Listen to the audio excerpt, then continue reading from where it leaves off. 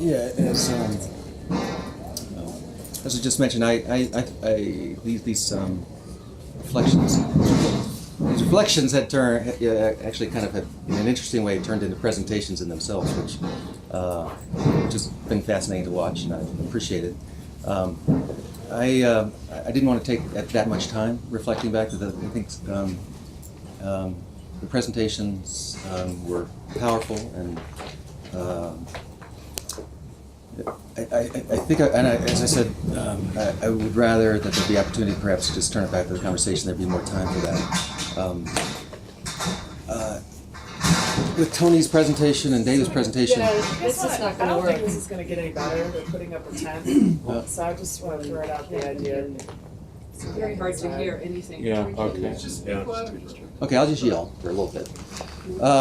Those presentations were full of a lot of wonderful information that suggested perhaps ways of really cueing in a nuanced way on the audience, the people that supposedly we need to change and take some action toward. There was an element of it for me that picked up on the whole graphing of this problem, that we're somehow going to try to graph this problem. And that struck me that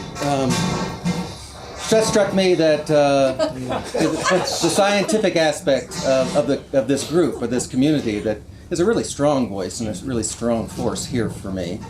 And I think, as I said last night during a toast, at times not particularly pleasant experience of trying to move that directly toward people in life and try to be that nuanced about how we're going to find just the right place and the right population and the right spokesman and the right, that's feels like a very difficult task.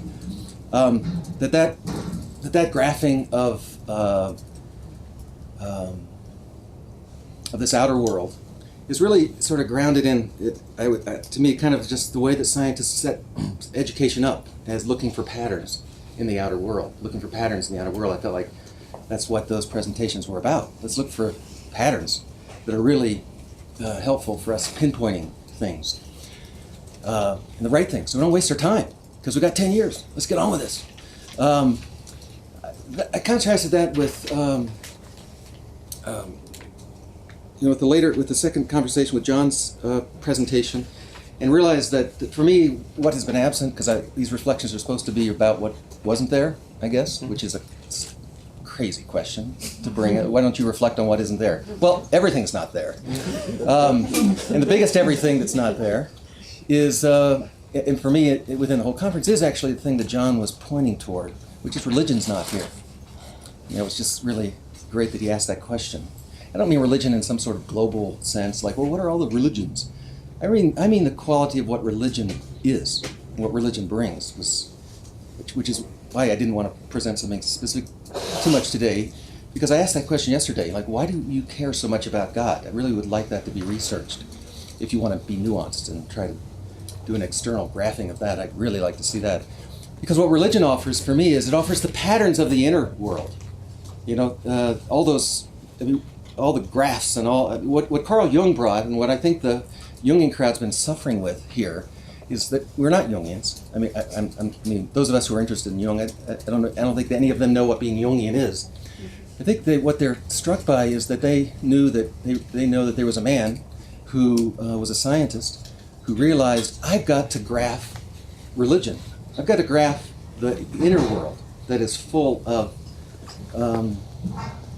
as much precision and as much necessity, as much reality as this outer world that people are just crazy about graphing and cutting up and chopping up. And so I know that, so I think that I was reflecting most on the fact that I think that there's a radically downplay the importance and necessity of what religion is in this question and this conversation and this a way to communicate to people. And Mary Evelyn, brings that, and I think that was a conversation I would love to hear more about, is in terms of how that could be understood and played out. Okay, I'm going to be short here. There's something there more. Yeah, this is it. So I found myself actually hearing people gravitating toward a natural religion. I heard it today in this conversation. Nature is my church. In the experience of Dave Abram, when he does what he does, for me I love it. There's also a tremendous allusion to it. Like, oh, that's the language of nature being our church. And I both love that, and I was deeply, deeply disturbed by it. That wasn't Yahweh. That was Yahweh. That's Yahweh in the sense that nature is my church and I feel it. It's not Yahweh in the sense that when she goes out to that person who says, why are you telling me that the earth is so old? I can't believe that because I believe something else. I have a religion that really keeps me from it. That Yahweh is something that helps people live life. It's not a sensual experience. It's not some kind of performance. Yahweh is the thing that makes life worth living, whatever that means.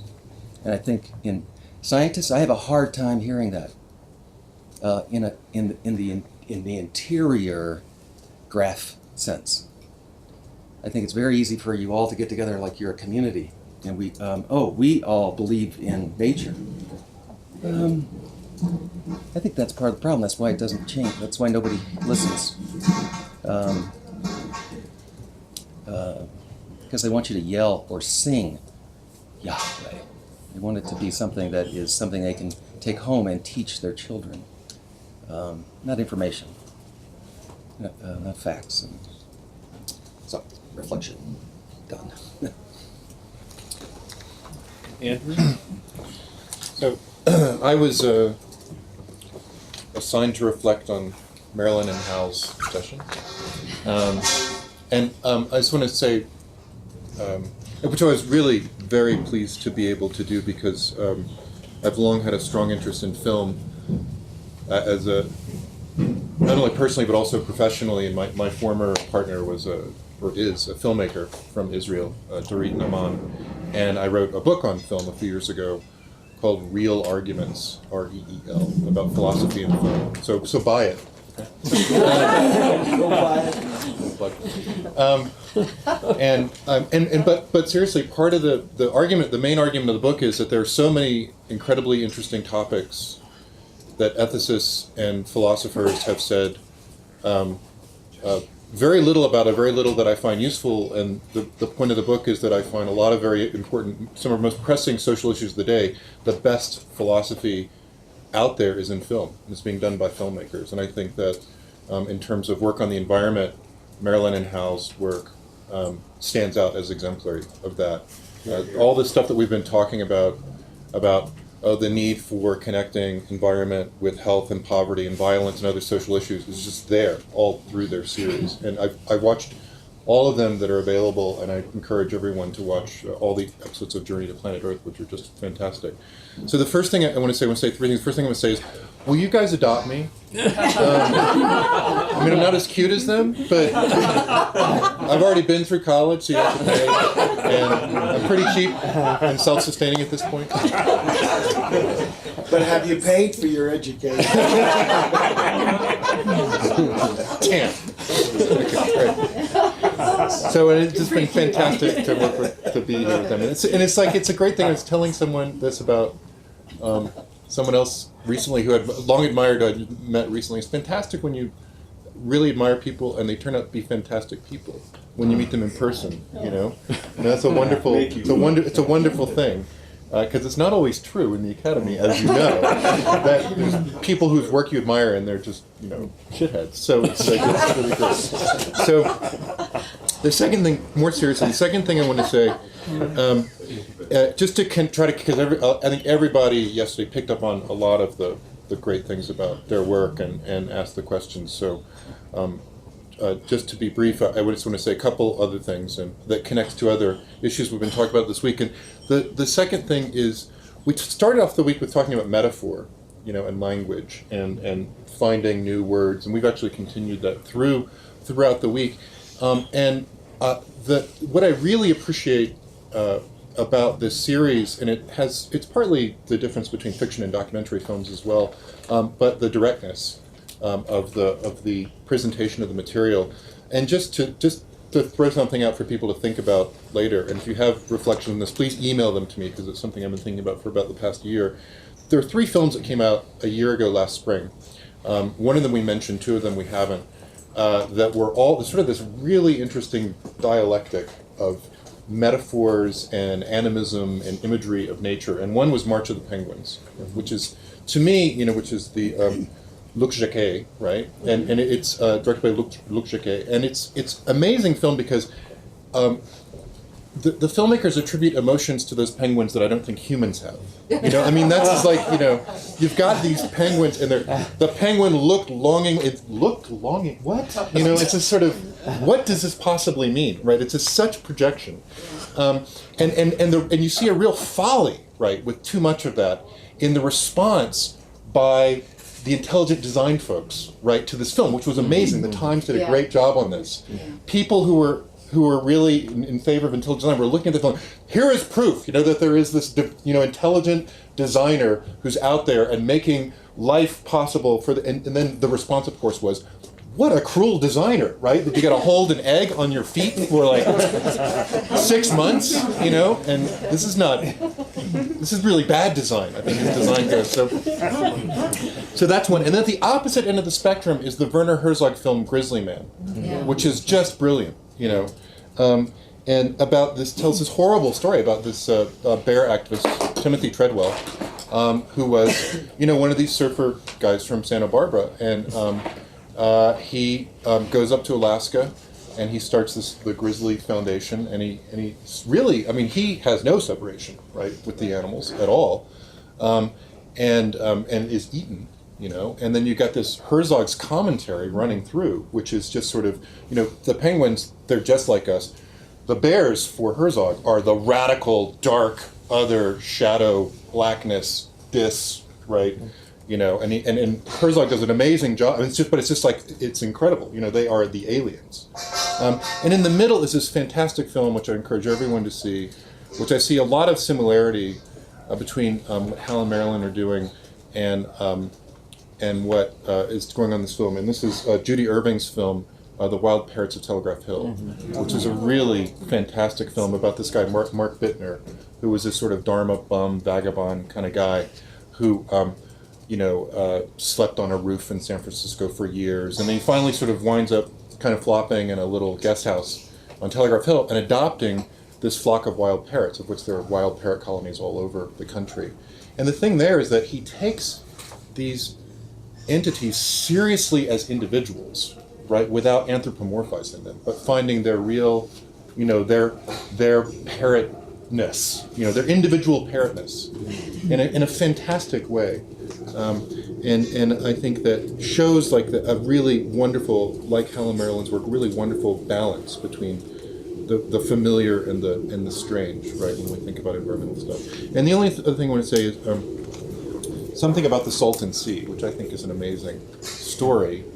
The Salton Sea, and you didn't get it from the clips that we saw yesterday, is very different from the Aral Sea in that it's not a natural phenomenon, right? The Salton Sea was an accident that was created in 1901 when some dams on the Colorado River were breached through a horrible flood. And what had been the Salton Sink, which was a geological phenomenon, filled up with water and became the Salton Sea. And by then you had all these farms around the Salton Sink.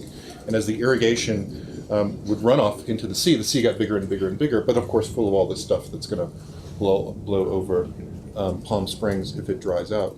And it's just sort of one of those things. I mean, people were calling for, give us a film about hope, and I think that one of the other kinds of things that's interesting is the way the Salton Sea is also this great image of unintended consequences that cut both ways. We think of unintended consequences as these bad things, we didn't really mean to destroy the planet when we did this and that. And here the Salton Sea is this amazing sort of example of a kind of an accidental restoration, a restoration without intention, you know, that wound up being this incredible refuge for birds and all these wonderful things, which is a good story at the end if it can be preserved. So I think that there is a way in which we can even imagine a kind of a nice dramatic, you know, tension about the great examples of unintended hope, I think, which really makes me feel pretty good and more optimistic than I usually do. So, anyway, and again, I just want to thank you guys for sharing Thank you. stuff with us. It was really great.